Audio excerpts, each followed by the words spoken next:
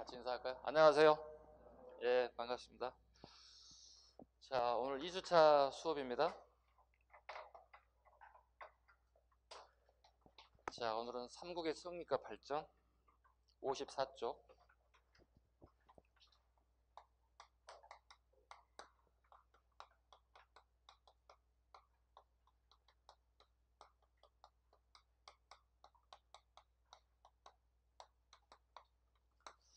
자, 이제 삼국의 성립과 발전부터 하는 건데요.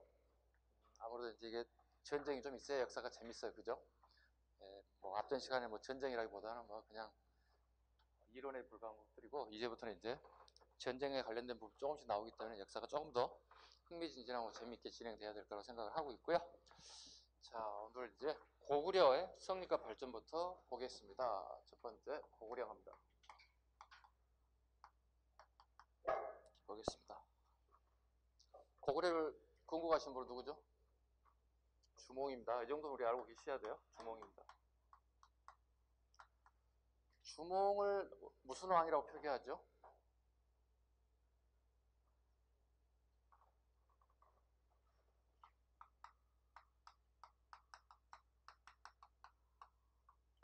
동명성왕이라고 하는 경우도 있고, 그 다음에 두 번째 추모왕이라고 하는 경우도 있어요. 추모왕이라는 경우도 있어요. 두 개로 불리고 있죠. 네. 주몽에 대한 다른 이름들, 동명성왕 또는 추모왕. 실은 원래는 추모왕이 맞아요. 원래는 맞아요.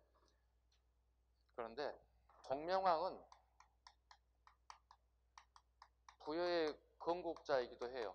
그런데 어느 순간부터 우리 역사가 고려시대부터 동명성왕이 주몽이 돼버린 경우가 이렇게 됐어요.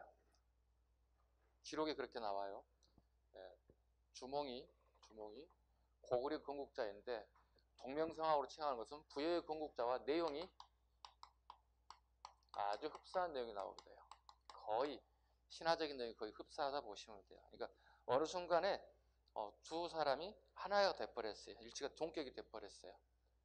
앞으로 향후에 우리 역사가 이제 작업을 해야 할 내용 중에 하나가 다르다는 걸 언젠가는 학자들에 의해서 밝혀져야 할 내용 중에 하나가 주몽이다 생각하시고요. 일단 어찌됐든 간에 동명성왕이나 추모왕 전부 다 주몽으로 잡고 가는 게 나을 것 같습니다. 자, 건국설화 한번 볼까요? 살짝 읽어볼까요? 건국설화. 햇빛 바다 주몽을 낳으니 이때가 개해년 골격이 특이하고 우는 소리 또한 컸다.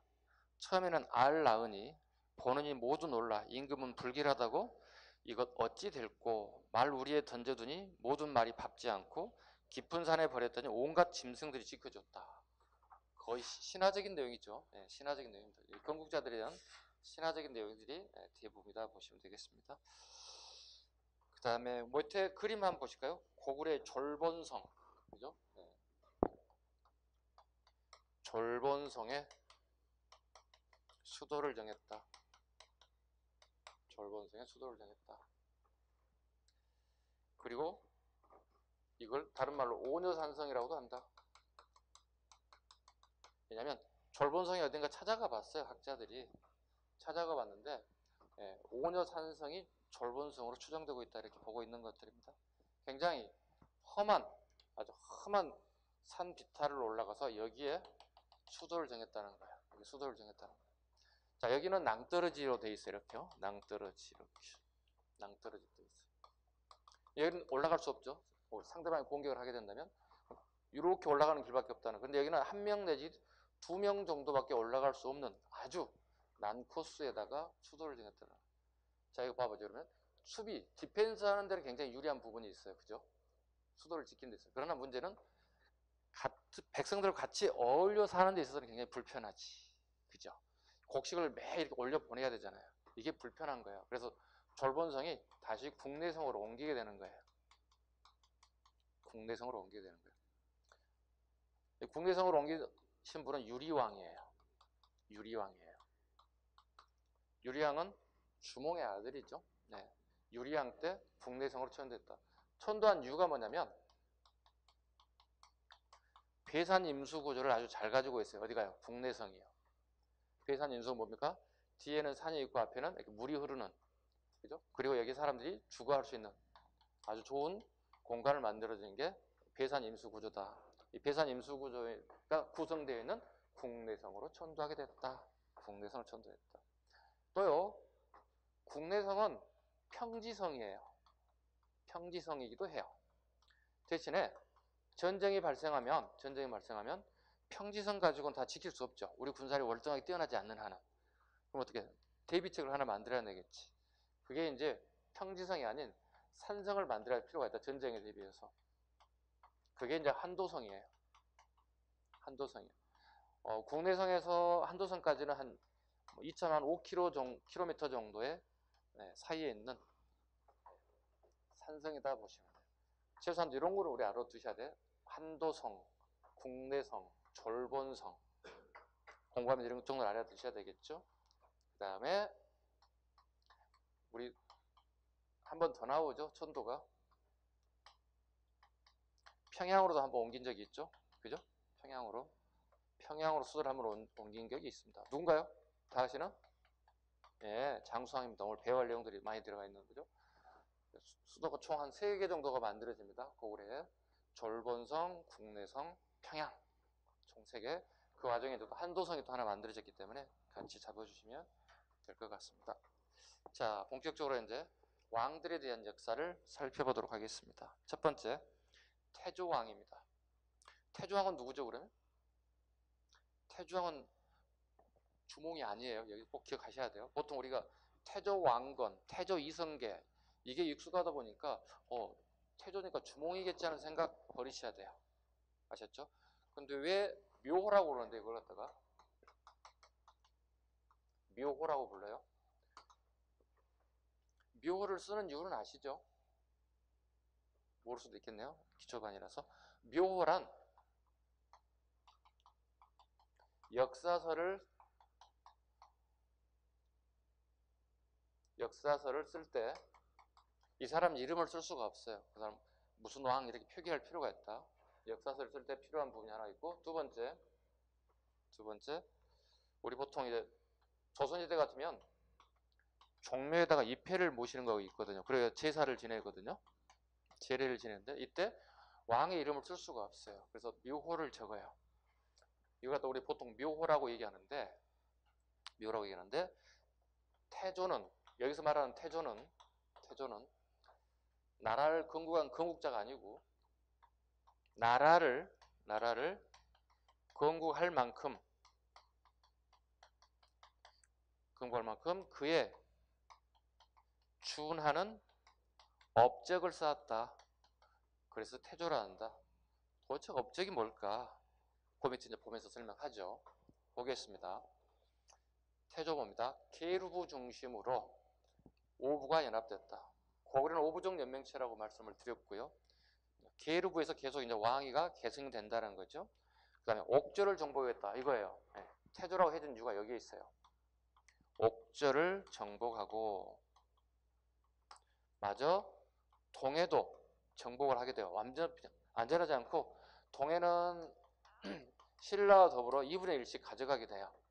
태조 때 2분의 1 가져가고 신라가 또 2분의 1 가져가요. 그래서 옥조와 동해를 정복했기 때문에 2분의 1 묘호를 태조라고 한다. 됐죠? 태조는 유래양의 한 증손자쯤 된다 보시면 돼요. 증손쯤 보시면 될 것 같아요. 그 다음에 여동지방을 공격했으나 부여의 방해로 실패했고, 낭랑을 자주 공격하여 활발한 정복활동도 펼쳤다. 낭랑을 정복활동도 했다. 다음 이제 고국 천안 갑니다.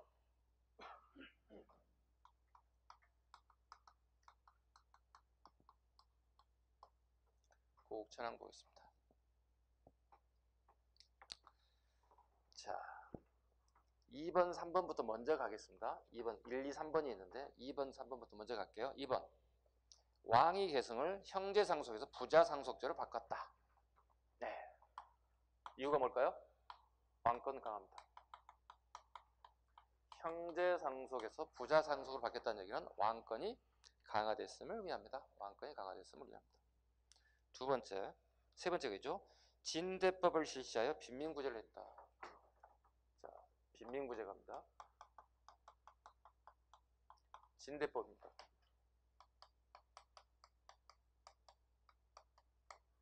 일종의 이렇게 한번 적어볼까요? 춘대추납. 춘대추납. 우리가 10월이나 11월에 곡식을 수확하고 나면 그걸 1년을 먹어야 돼요. 1년을. 근데 봄철쯤 되면 그 식량이 다 떨어져요. 왜냐면 생산량은 적은데 본인 집에 인구는 많아요. 기본 한 15명씩. 예전에 뭐 다산의 시절이다 보니까 14명, 15명, 12명씩 된다고요.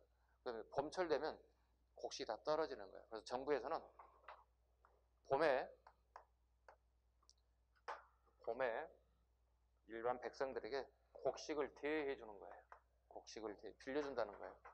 그리고 가을에 수확이 되면 이걸 납부를 받아요. 납부를 받아. 이게 진대법이에요. 일종의 빈민 구제책이기도 해요. 그런데 이게 또 왕권 강화책이기도 하고 빈민 구제책이기도 해요. 두 가지 특징을 다 가지고 있어요. 살펴볼까요? 자, 이 사람들이 먹지 못하고 굶고 죽을 수는 없어요. 그렇다면 이 사람들은 노비가 되거나 그 다음에 유민이 돼 떠돌아다니는 사람이 되거나 아니면 남의 물건을 훔쳐먹는 도적질을 한다든가 이렇게 변질되기 쉬워요. 가장 국가 입장, 즉 왕의 입장에서는 이게 가장 두려움의 대상이 되는 거예요. 봐봐요. 이건 귀족이라든가 그 다음에 권력자들의 노비가 된다는 거거든요. 그럼 얘네들은 노비 숫자가 증가되잖아요. 노비 수가 증가된다는 것은 이런 측면이 있습니다. 생산성이 증가되는 거예요. 얘네들이. 생산성이 증가되고. 두 번째, 얘들은 사병을 거느릴 수 있어요. 얘들을 갖다가 사병화 시킬 수 있어요. 사병화 시킬 수 있어요. 그 다음에 국가에서 가장 두려운 게 뭐냐면 세금을 걷어야 하는데 조세 수입이 줄어들 수 있어요. 아예 없어지겠죠. 노비가 된다면. 그 다음에 군역자가 사라지게 돼요. 노비들은 군역의 대상이 아니게 되거든요. 이게 굉장히 불리한 점들이 꽤 많아요. 이걸 방지하기 위해서 어떻게 해야 돼요? 그래도 노비 되는 것보다는 국가에서 곡식을 빌려주고 다시 받는 한이 있더라도 빈민구제책을 쓰면서 결과적으로 왕권 강화에 이면에 숨어있는 뜻이 있다는 겁니다. 이걸 누가 처음 건의했다고요? 을파소가요. 을파소가 건의했습니다. 을파소는 참고로 고구려 오부족 연맹인데 오부족의 을파소의 을시성을 가진 사람은 오부족 연맹에 포함되지 않아 있습니다. 자, 이게 국상이거든요. 쉽게 오늘 치면 넘버 2예요. 국무총리급 되는 거예요. 쉽게 얘기해서.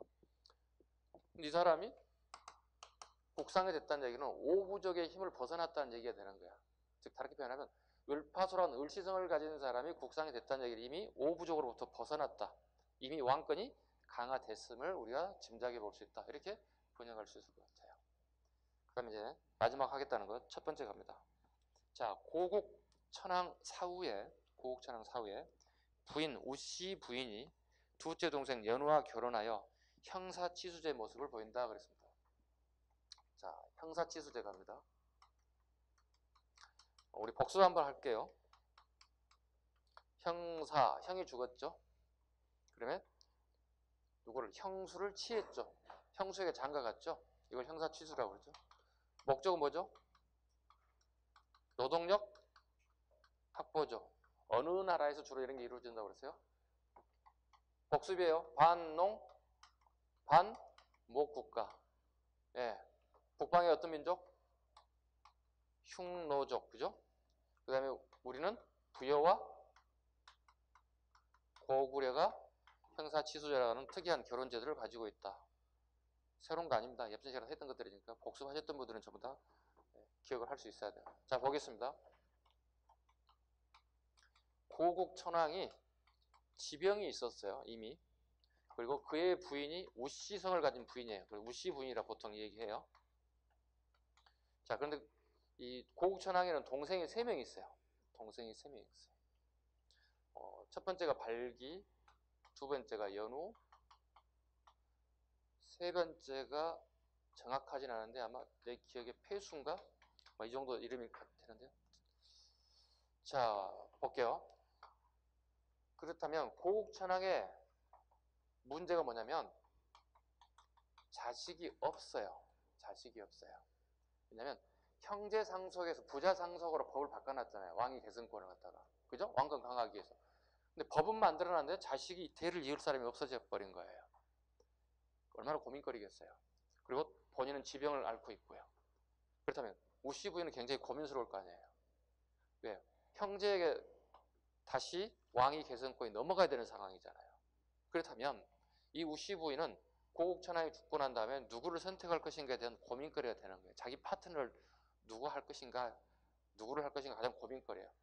그래서 우씨 부인이 날 잡아가지고 이제 출발해요. 어떤 출발하냐면 고국천왕이 갑작스럽게 사망을 하게 돼요.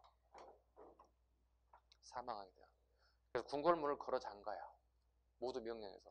그리고 직접 우씨 부인이 측근들 몇 명을 데리고 자기 요 사람들 누구예요? 이 사람들은 자기 도련님들이잖아요. 가서 만나러 가는 거야. 면접을 직접 본인이 가서 하게 되는 거야. 그래서 새벽에 찾아가는 거야. 새벽 2시, 3시쯤 찾아가는 거야. 우씨 부인이 먼저 발기를 찾아갑니다. 발기를 찾아갔더니 발기가 문 밖에 살짝 내다봐요. 웬일이세요, 형수? 이렇게 얘기하는 거죠. 지나다 들렸어요. 이렇게 끝나는 거예요. 왜? 아니, 생각해보세요. 시동생이 찾아오면 2시, 3시에 찾아오면 무슨 급박한 상황이 있지 않고 올 리가 없잖아요. 특별하게. 그죠? 그럼 눈치를 채야 되는데 이 발기가 눈치였게끔 형이 죽으면은 당연히 그 자리를 낼 것이라고 생각하고 방심하고 있는 거예요. 패스. 누가 패스한 거야? 우씨가 다시 둘째 시동생 연우를 찾아갑니다. 찾아갔더니 연우를 어떻게 할까요? 옛날 속담으로 버선발 그냥 잠옷바람으로 뛰쳐나가는 거. 왜? 굉장히 눈치 빠른 거잖아요. 새벽녘에 형수가 나를 찾아올 이유가 없잖아요. 분명히 어떻게 자기 형님이 뭔가가 있다는 거잖아요. 아프고 있으니까 뭐가 있구나. 발동이 돼야 되겠죠. 뛰쳐나와서 형수를 모셔오는 거죠. 어떤 일이시냐고. 지나가는 게 들렸다고. 에이, 말씀하세요. 무슨 지나가다 들려요. 새벽이 몇 시, 지금 시간이 몇 시인데. 얘기를 합니다. 형님 전하께서 많이 몸이 안 좋으셔서 언제든지 돌아가실 수 있는데 이거 차후에 어떻게 대책을 세웠으면 좋을까요? 이렇게 이제 얘기해보는 거예요. 진실된 얘기해본 거예요. 연우의 대답이 어떻게 대답하나요? 무슨 걱정이세요? 형수님이 계시는데 형수님이 하시면 되죠. 이렇게 얘기한 거예요. 자기를 선택해달라는 의미예요. 형님보다는 나를 선택해달라는 얘기. 그래요? 그렇게 생각하세요? 진짜로? 그럼요. 옷 입으세요. 그래서 옷을 다시 차려입고 궁궐로 들어가요. 그리고 궁궐문을 잠가요. 그리고 날이 새자 아침에 부흥을 알려요. 왕이 죽음을 알리는 거야. 왕이 죽었다는 거죠. 그리고 곧바로 새로운 왕은 두 번째 시동생이었던 연우입니다고 딱 공표를 해버려요. 연우가 갑작스럽게 왕이 된 거예요. 그럼 누가 지금 깜짝 놀랐겠어요? 첫 번째 시동생이 놀랐겠죠. 시동생은 다시 지향할 수 있는 힘을 길러내야 되잖아요. 그래서 요동으로 건너가서 공선토하게 군사 3만 명을 빌려와서 궁궐을 에워싸게 됩니다. 에워싸서 그 왕이 자리는 내 자리이기 때문에 나에게 내놓으라고 바락바락 대들기 시작했어요. 고민거리잖아요. 이제 저항 세력이 생겼기 때문에, 반대하는 세력이 생겼기 때문에. 이때 우씨 부인이 연우가 셋째 막내 동생에게 군사를 일으켜서 첫 번째 형, 큰형이죠. 큰형을 치라고 명령해요. 그 막내가 큰형을 몰아내요. 결과적으로 승리했다는 얘기예요. 그래서 첫째 형님이 실패함을 알고 자결하게 됐어요. 그 결과 연우가 뭐가 된 거죠? 왕이 됐어요. 이런 스토리를 얘기하게 된 것은 형사치수제라는 게 일반 백성들 뿐만이 아니라 왕실에서 이런 사료가 등장하고 있어요. 지금 선생님이 얘기한 이 내용은 야사가 아니라 삼국사기 내용을 얘기한 거예요. 그대로 똑같이 얘기한 거예요. 삼국사기에 나오는 내용들이에요. 자, 보통 교재는 이런 얘기 적지 않는데 제가 이번에 집어넣는 이유는 가능성을 보는 겁니다. 출제의 가능성을 보고 있는 겁니다. 고구려의 왕실의 형사치수제가 어느 왕 때 나타난지를 보고 있는 거예요. 그래서 고국천왕 시기에 우씨 부인과 연우 사이에 나타난 사건입니다. 자, 볼까요? 이 사람이 뭐가 되나요? 연우가 결과적으로 연우 어디 있냐? 연우가 산산왕이 되는 거예요. 연우가 산상왕이 됐습니다. 산상왕이 됐습니다. 산상왕을 하게 한 거죠. 산상왕 이후에 이제 그의 아들이 동천왕이에요. 동천왕이요. 스토리를 한번 계속 연결해 볼게요. 삼국사기에 대한 얘기니까. 자, 봐볼까요? 산산왕 연우가 왕이 되고 우씨 부인이 부인이 된 거예요. 지금의 도덕적 관념으로 보지 마세요. 예전에 이제 관념으로 보시면 돼요. 자, 그런데 우씨 부인이 이 사이에 한 10년 정도 지났는데 자식이 없어요.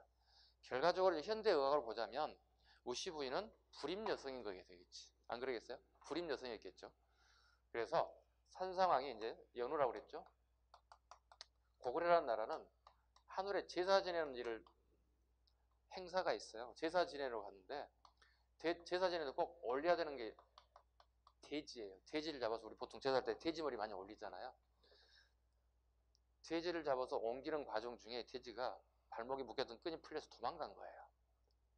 돼지를 다시 잡지 않고서는 제사를 올릴 수는 없는 그런 환경이 돼버리는 거예요. 그래서 모든 병사들이 그 돼지를 잡기 위해서 온통 휘젓고 다니는 거야. 제사장 휩쓸고 다니는 거예요. 이게 죽기 살고 달리는 애 잡기 쉽지가 않아야 왜냐면 이거 생포해야 되잖아요. 칼이나 활을 쏴서 죽일 수 있겠지만 그게 쉬운 게 아니야. 근데 이 돼지가 그 연말인 주통천까지 도망간 거예요. 주통천에 도망간 이거 안 적어도 돼요. 그냥 듣기만 하세요. 주통천으로 도망간 거예요. 주통천으로. 병사들 주통천에 가서 온통 돼지 잡기 위해서 혈안이 되어 있는데 마침 거기에 아름다운 여인이 한 분 살고 계세요. 예, 기록에 의하면 그렇습니다. 제가 본 적은 없고요. 아름다운 여인이 이걸 잡으러 오신 거예요? 그 뒷다리 탁 잡아가지고 가져가세요. 이렇게 간 거예요. 얼마나 대단해요. 그래서 제사를 이 주통천의 여인으로 인해서 제사를 완벽하게 행사를 치르게 된 거예요. 이게 마무리 잘 된 거예요. 왕이 굉장히 고맙잖아요. 제사를 연기하거나 못 지낼 수 있는 상황에서 제사를 완벽하게 지내게 됐잖아요. 그래서 그 여인을 찾아가는 거예요. 어떤 여인인지 고마움을 표시하기 위해서. 가는데 딱 자기 스타일인 거 마음에 든 거예요. 마음에 든 거예요. 그래서 거기서 하룻밤을 자고 다시 자정쯤에 다시 궁궐로 왕이 돌아왔어요. 궁궐로 돌아왔어요. 근데 이제 이 우씨 분이 눈치가 굉장히 빠르신 분이에요. 자기 남편이자 왕인 사람이 바람을 폈다는 사실을 알게 된 거예요. 그래서 우씨 분이 사람을 보내서 병사들을 보내서 그 주통천의 그 여인을 암살하는 명령을 내렸어요. 그 병사들이 왔어요. 근데 이 주통천 여인이 또 현명하게 이런 얘기를 합니다.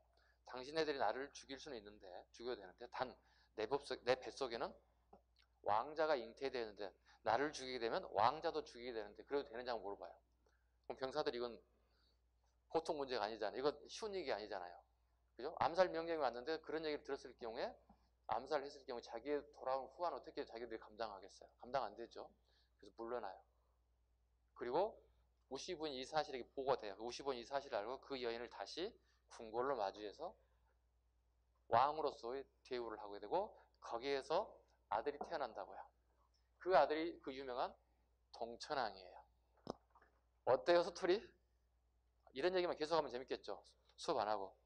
그죠? 삼국사기, 삼국유사 하면 계속 얘기하면 좋겠죠? 이게 동천왕입니다. 좀 이해 가셨죠? 근데 이 동천왕은 굉장히 머리가 뛰어난 인사였고, 그 다음에 정치라든가 외교 부분이 굉장히 뛰어났다. 이렇게 현명한 군주였다. 이렇게 기록이 돼요. 현명한 군주였다. 이렇게 기록이 나옵니다. 자, 산상왕은 이제 특별한 기록들은 없으니까 안 하셔도 되는데, 자, 이제 동천왕 차례입니다.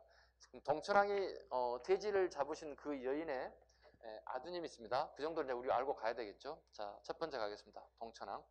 산상왕의 아들로 됐죠. 산상왕의 아들로 이촉의 대립관계를 이용하여 오와 소교하고 이를 견제했다. 자, 지도 볼게요. 이 나라, 총나라, 오나라. 이걸 중국의 삼국시대라 얘기한다. 이렇게 수업 시간 우리 앞전 시간 말미에 이거 중국 역사에 대한 부분을 설명을 드렸어요. 자, 그리고 동천왕은 여기 있습니다. 동천왕은 여기 있습니다. 자, 여러분 이 순간에 망각하면 안 되는 게 하나 있어요. 여기 누가 있어요? 한사군 존재한다는 사실을 알고 계셔야 돼요. 한사군이요. 동천왕은 여기 있고요. 그 다음에 여기는요. 부여란 나라가 있어요. 그리고 동천왕은 여기 세 개 트라이앵글 안에 들어가 있는 삼각형 안에 들어가 있는 나라 고구려 왕이에요. 동천왕은 어떻게 해요? 외교 정책을 잘 펼치지 않을 경우에 고구려라는 나라가 쫄딱 망할 수도 있어요. 쫄딱 망할 수도 있어요. 그래서 동천왕의 작전을 보겠습니다. 자, 한사군을 축출하는 게 목표가 돼야 돼요. 즉, 옛 고조선의 영토를 회복해야 돼. 첫 번째. 옛 고조선 영토를 회복하는 정책을 뭐라고 부른다고 그랬어요? 예, 다물정책. 좋습니다. 그런데 문제는 한나라는 멸망하고 다시 이초고의 삼국시대가 다시 전개되고 있어요. 이 나라를 말하다시 누구예요? 조조. 여기는 누구예요? 유비. 여기는요? 성곤이 지배하고 있는 나라들이잖아요. 자, 국경선을 마주대하고 있는 이 나라를 경계하기 위해서 어떻게 하나요? 동천왕은 오나라와 수교를 하게 됩니다. 오나라와. 왜? 이 나라하고는 국경선을 마주하고 있기 때문에 별로 사이가 좋지 않거든요.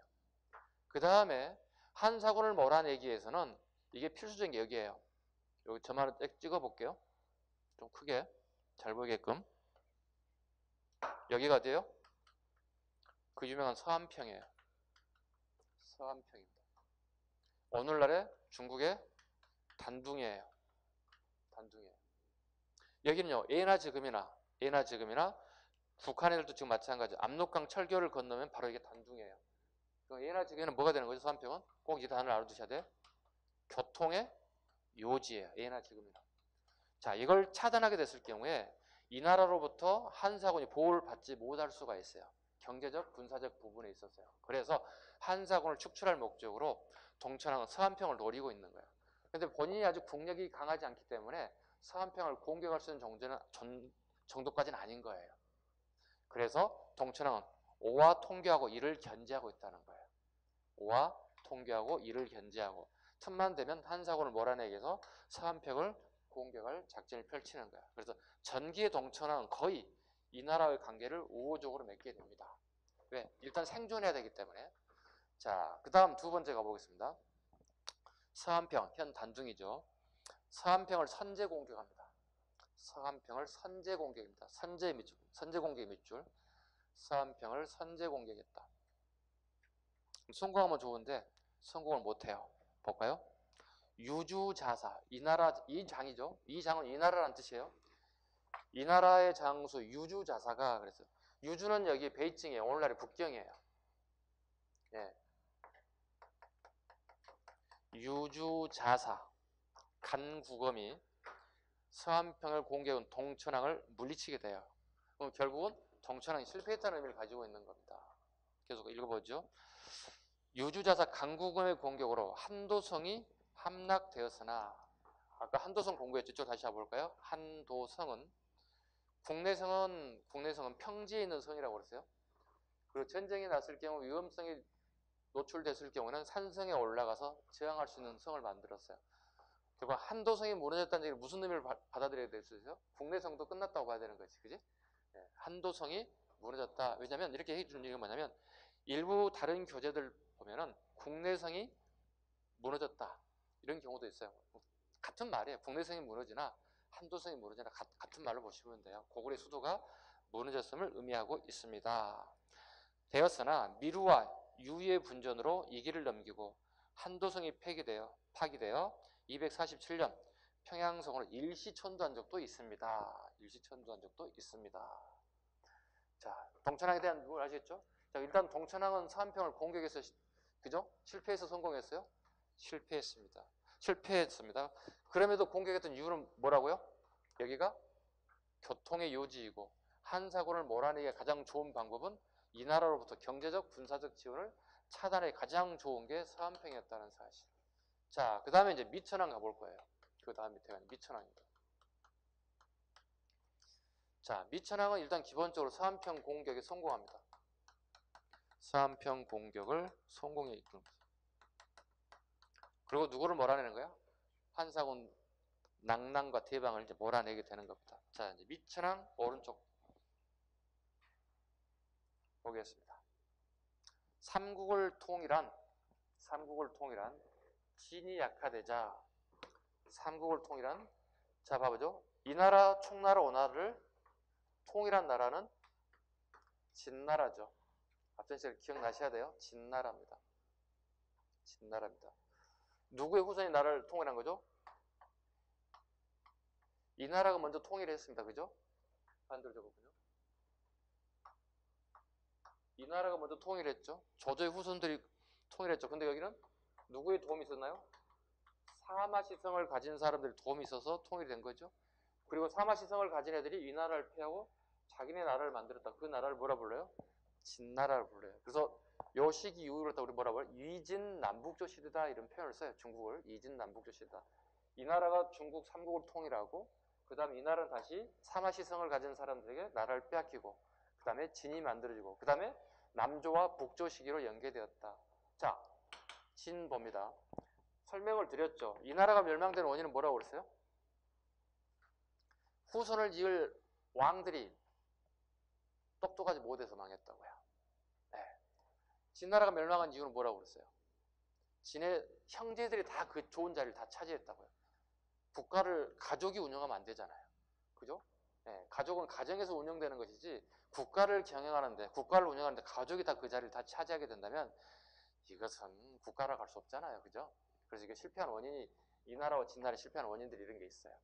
자, 볼게요. 다시 삼국을 통일한 진이 약화되자 낭랑과 대방을 축출했다. 밑줄 긋고 별표 하나 적습니다. 낭랑과 대방을 축출했다. 낭랑과 대방을 축출했다. 이렇게 얘기할 수 있겠죠. 여기 한사군들이 꽤 오랫동안 자리를 잡고 있었을 거 아니에요. 거의 여기는 뭐야, 한 나라나 짐대 없을 정도의 문화가 융성했을 거예요. 그래서 얘들 다 몰아내게 됐어요. 그 기록에 보면 뭐 몇 달 동안 이렇게 짐을 싸가지고 이동해서 옮겨갔다 이렇게 기록이 나오게 됩니다. 최소한 두세 달은 걸리지 않았을까 추측하건대 그렇습니다.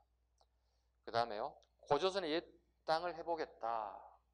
그죠? 고조선의 옛 땅을 해보겠다. 무슨 정책이라고 그랬죠 아까? 다물 정책이죠. 고조선의 옛 정책을 회복하는 다물 정책을 회복해 가고 있다. 그 9급에는 뭐 다물 정책 이런 거 노골적으로 물어보진 않아요. 단 7급 하신 분들은 알아두셔야 돼요. 7급이라든 경간부를 준비하신 분들은 최소한 또 다물 정책 정도는 알아두셔야 될 것 같아요. 그 다음에 서쪽으로는 요하, 그 다음에 남쪽으로는 한강에까지 굉장히 많은 땅을 차지하게 되었다. 자, 미천왕의 업적 이해 가시죠? 그렇다면 여러분들이 시험 보기에서는 좀 암기가 좀 필요할 것 같아요. 그죠? 자, 동천왕은 서한평 공개에서 실패했잖아요. 그죠? 근데 미천왕은 성공했잖아요. 그 원인이 어떻게 봐야 될까요? 성공한 원인. 이렇게 암기할까요? 미천왕의 작전은 웃어 넘기셔도 되고 암기하셔도 됩니다. 서한평을 공개에 성공했는 이유가 뭘까? 이렇게 해오시면 될 것 같아요. 오래 갈 것 같아요. 공격함에 있어서 미친 듯이 공격했기 때문에 이렇게 암기하시면 아, 서한평 공격 성공하신 분은 동천왕이 아니라 미천왕이었구나 이렇게 외울 수가 있어요. 특이하게 참고로만 시험에 안 나오지만 참고로만 얘기할게요. 고구려 왕들 이름 좀 특이하지 않아요? 그죠? 특이하죠. 주몽은 아까 말씀드렸다시피 추모왕 또는 동명성왕 좀 이름이 그럴듯하잖아요. 그 다음에 태조 어디 있어? 태조 좀 그럴듯하잖아요. 근데 지금 공부하다 보면 이름들이 좀 특이하잖아요. 고구려 왕들은. 이건 뭐냐면 그 왕이 죽고 그 왕이 장사 지내고 묻힌 동네 이름이야. 다. 강개투장과 장수왕 빼고. 강개투장 뭐야? 땅을 넓혔다는 뜻이잖아요. 말 그대로. 장수는 90대 대로 오래 살았다는 뜻이에요. 한 서너 명 정도를 빼고는 거의 대부분이 이 사람들이 죽고 난 다음에 묻힌 동네 이름을 미호로 쓰는 거예요. 그럼 동천왕은 어디 죽었다는 얘기가 되는 거야? 동천 지역에, 고국천왕은 고국천 지역에, 고국원왕은 고국원 지역에, 네. 그런 식으로 고국원왕은 아직 안 나왔군요. 그런 지역명을 써서 왕일 명칭을 정했다. 자, 미천왕에 대한 사료 보도록 하겠습니다. 미천왕에 대한 사료 보겠습니다. 2번입니다. 사료를 업적에 집어넣게 된 이유는 뭐냐면 사료가 나올 가능성이 있기 때문에 지금 사료를 설명하고 있습니다. 보겠습니다. 미천왕의 이름은 을불이다. 을불이 밑줄 그어봐요. 을불이에요. 서천왕의 아들 고추가 돌고의 아들로 봉상왕의 폭정으로 도망갔습니다. 살아야 되니까. 그리고 본인의 신분을 속이기 위해서 남의 집 머슴살이 밑줄 그으시고 그 다음에 소금에 밑줄 그으시고 소금 장사를 하였으며 자신의 신분을 철저하게 숨기고 그냥 일반 민으로 사는 거예요. 언젠가는 기회를 노려야 되겠지만 이때 봉상왕의 폭정이 극에 달하자 국상 창조리의 역신으로 다시 왕위에 등극했다. 그 이름이 미천왕이다. 자, 거기 창조리 밑줄 그어봐요. 창조리는 동네 이름이 아니고요. 사람 이름이에요.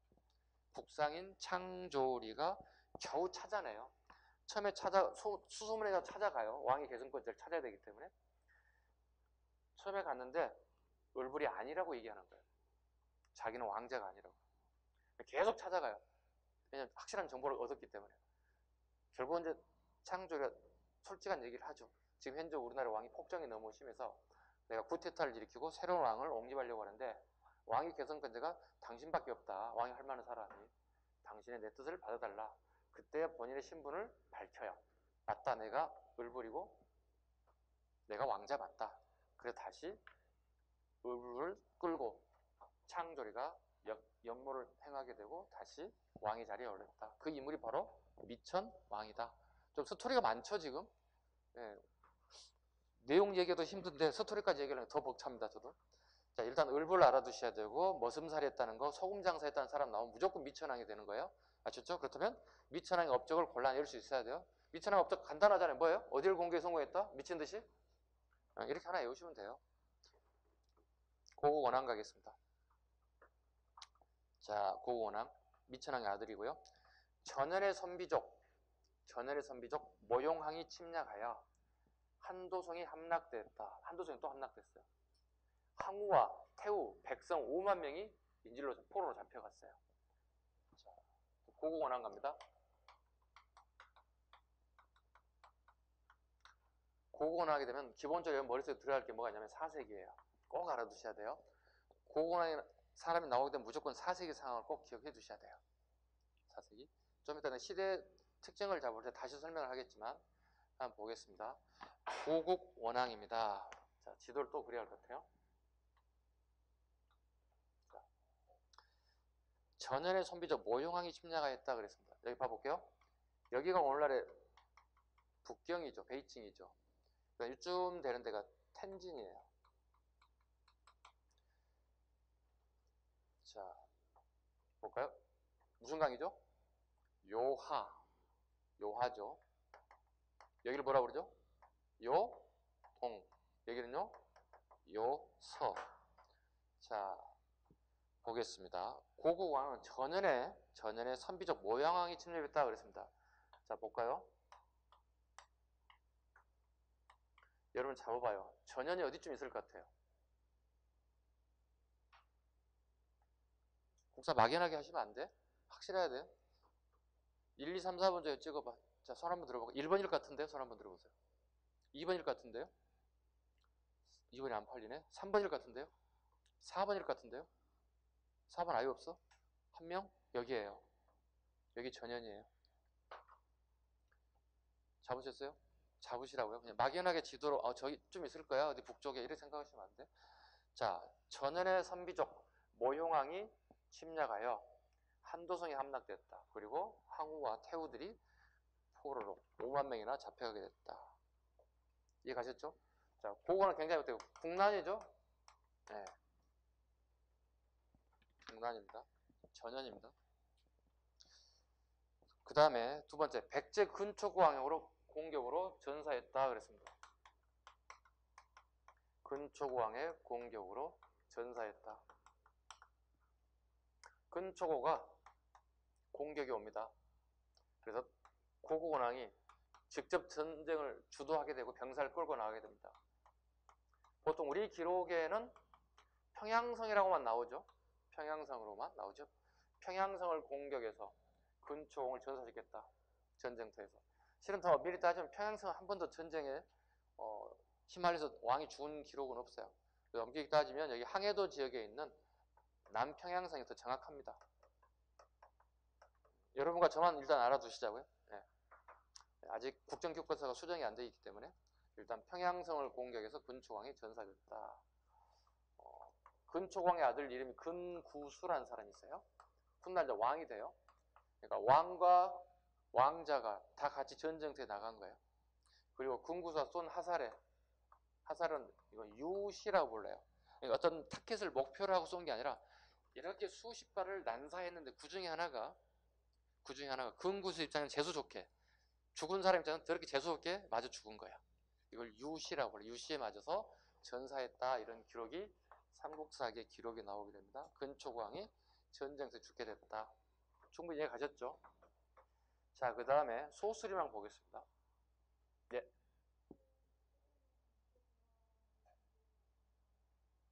근초광이 공격을 전사했다. 네.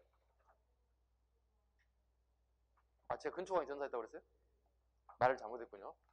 죄송합니다. 고구원왕이, 네, 고구원왕이 전사했다. 네. 고구원왕이 전사했다. 그 다음에 이제 소수리만 가도록 하겠습니다. 소수리만. 첫 번째, 불교 수용, 태학 설립, 율령반포 볼까요? 좀 지워도 되겠죠? 안 지우지 말아요? 자, 마지막에 이제 소수리만 보겠습니다. 소수림은 어디에 묻힌 거죠? 소수림 지역에 묻혔겠죠. 작은 숲이 있는 곳에 묻혔다는 뜻이에요. 소수림이니까. 작은 숲이 있는 곳에 묻혔다. 자, 고구곤왕의 아들이에요. 고구곤은 전사했어요. 그럼 소수림왕은 복수를 해야 되지 않겠어요? 기본적으로. 그죠? 복수 생각이 있겠죠. 근데 자기 아버지 굉장히 유명한 싸움꾼이에요. 예, 전사하긴 했지만 아주 유명한 싸움꾼이에요. 근초광은 우리 삼국시대에 4세기 최고의 패권을 주도했던 인물이에요. 그렇다면 소수림왕이 근초광과 싸워서 이길 수 있는 확률이 있느냐는 얘기죠. 이길 수 있는 확률이 없다는 거예요. 복수도 할 수 없다는 거예요. 그렇다면 소수림왕은 뭐 해야 돼요? 힘을 기르는 것밖에 없다는 거예요. 그 힘을 기르는 정책이 총 지금 나온 게 세 가지예요. 세 가지. 이건요, 초등학생도 아는 거고요, 중학생들도 아는 거고요, 일반 공부 안 하신 분들도 한능금 보신 분들은 당연히 알아야 되는 것들이에요. 이걸 우리 뭐라 부르냐면 내치라고 불러요. 한자 읽어볼까요? 내치의 힘을 길러야 돼요. 싸워서 승리할 수 있는 게 없어요. 용기가 없어요. 내치입니다. 첫 번째 보겠습니다. 태학을 설립했다. 태학을 설립했다.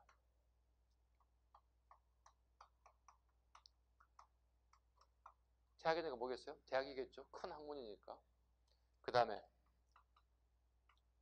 율령을 반포했다. 율령을 반포했다. 또 율령하니까 선생님 율령이 뭔가요? 뭐 법하고 차이가 뭐가 있나 이렇게 물어본 경우가 있어요. 아직 기초가 안 돼가지고요.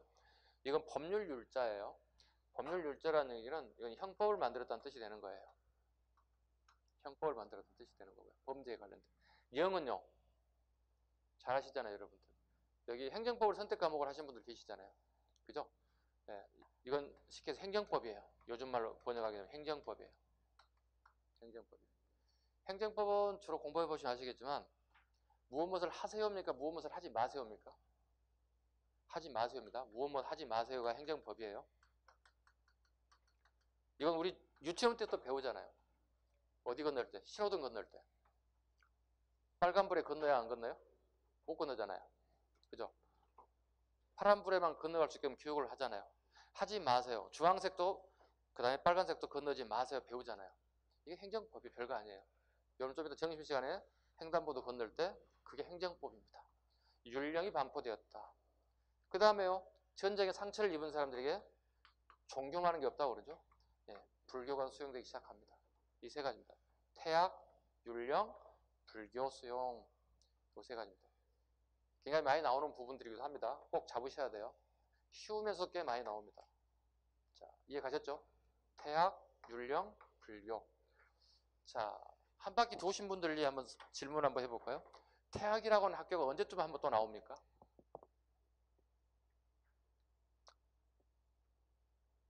신라 경도왕 적어놓을까요? 신라 경도왕 때 태학감이라는 게 나와요. 신라 경도왕 때. 원래 신라의 국립대학은 국학이죠. 국학이죠. 국학이 태학 또는 태학감이라는 명칭을 써요. 경도왕 때. 이렇게 바뀌었다고요. 태학감으로. 자, 그렇다면 여러분이 한번 잡아야 돼. 역사를 공부하다 보면 마구잡이식의 애우는 방식이 굉장히 좋지 않은 방법 중에 하나가 있는데, 보시면 태학이 두 번 나오죠, 우리 역사에. 그죠? 자, 태학은 처음 누가 있다고요? 여기에? 어느 왕? 소, 수, 림, 왕. 태학을 처음 만들었어요. 그렇다면 자주 이런 얘기를 합니다. 우리나라에 썼던 제도들이라든가 이런 모든 부분들은 우리 스스로 만들었던 거 별로 없어요. 다 중국으로부터 유입됐다고 보시면 돼요. 그렇다면 분명히 태학이라고 하는 것도 중국에서 나타날 거거든요. 자, 볼까요? 우리 앞전 시간에 이만조선을 멸망시킨 사람이 누구예요? 이만조선을 멸망시키고 한사군을 설치한 사람. 선생님 이만 다 쳐다보는 거예요? 복습 안 하고 오신 거예요? 뭐 있어? 한무제가 우리나라를 멸망시켰잖아. 그리고 뭐야? 한사군을 설치했잖아. 그죠? 근데 재밌는 건 한무제 시기에 한나라는 태학을 설립해. 요 시기에 태학을 설립했다고. 한무제는 정복군주야. 주변 나라를 다 정복했다고. 그리고 이만조선까지 멸망시켜버렸다고. 그럼 어떻게 해요? 한무제 왕권, 권한은 어떻게 해요? 엄청난 거지. 그죠? 동방을 다 거의 다 정복했으니까. 그렇다면 한참 지나고 난 이후에 경덕왕과 신라의 경덕왕과 고구려의 소수령은 굉장히 왕권이 약해졌어. 그럼 왕권이 약해진 사람 입장이면 당신들이 생각 뭐야? 왕권을 다시 강화시키고 싶은 게 욕망이 있을 거 아니야, 그지? 예. 그래서 그 닮고 싶은 왕이 있어요. 그 롤모델이 있어요. 그 롤모델이 누구예요? 한무제였던 거예요. 한무제가 왕권을 강화시키는데 가장 결정적인 게 인재 양성인데 그 인재 양성이 태학이었어요. 한나라의 태학이에요. 그걸 얘네들이 담고 싶은 거야. 그래서 경덕왕과 소수림왕 때 태학이라고 하는 학교 명칭이 나타나기 시작해요. 반대로 얘기하게 되면 우리나라의 고구려와 신라의 두 왕은 태학이라는 명칭을 사용했다는 얘기는 반대로 왕권이 미약했음을 반증하는 얘기가 되는 거예요. 앞으로 나의 롤모델 누가 된다고요? 한무제가 되는 거예요. 한무제를 담고 싶다는 얘기예요. 내가 왕권을 강화시키고 싶다는 거예요. 뭘 통해서? 인재를 양성하는 방법. 그 대학이 뭐라고요? 태학이라고. 이렇게 알게 되면 절대 잊어먹지 않습니다. 근데 지금 이 경덕왕에 관련된 부분과 소수령에 관련된 이 태학에 관련된 부분은 경찰, 경관부, 법원직, 일반직 모두 다 나와요. 근데 여러분들 거의 대부분 지금까지 공부하고 또 시험을 봤던 분들 전부 다 암기해서 시험장에 들어갔어요. 이건 암기가 아니에요. 배경을 알게 되면 암기사항이 될 필요가 없는 거예요. 이해가셨죠? 자, 하나 건지시기를 바랍니다. 잠시 쉬었을까요? 네, 잠시 쉬겠습니다.